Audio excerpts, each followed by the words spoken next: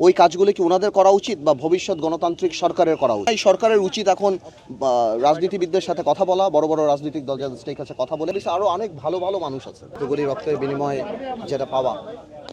কিন্তু আমি যারা যারা শপথ নিয়েছেন ওনাদের গ্রহণযোগ্যতা, সামাজিক গ্রহণযোগ্যতা বা নিজ নিজ কর্মক্ষেত্রে গ্রহণযোগ্যতার ব্যাপারে তো কোনো প্রশ্নই আমরা রাখতে পারি না। ওনারা তো সবাই খুব সাকসেসফুল মানুষ।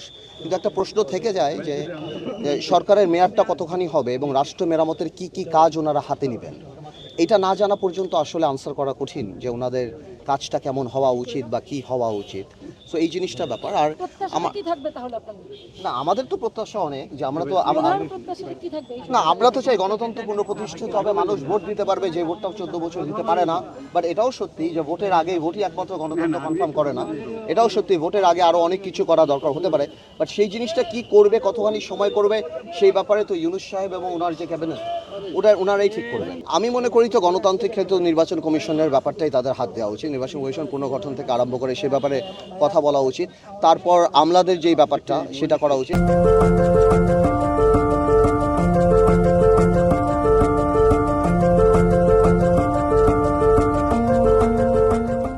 সবচেয়ে বড় কথা, জাতিকে আমলা পুলিশ বলেন, সবাইকে ব্যবসায়ী বলেন, একটা কনফিডেন্স আনা উচিত যে তারা ভালোভাবে কাজ করতে পারবে। দুর্নীতির ব্যাপারটা অনেক ইম্পর্টেন্ট, করা উচিত।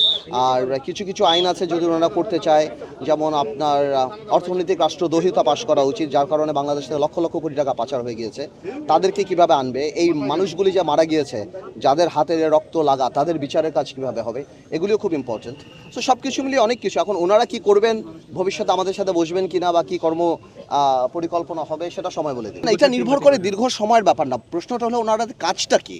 ওনারা তো একটা কাজ হাতে নেবেন যে আমরা এই করব, তখন বোঝা যাবে যে কোন সময়ের মধ্যে ওই কাজটা করতে পারবেন, কোন সময় পারবেন না।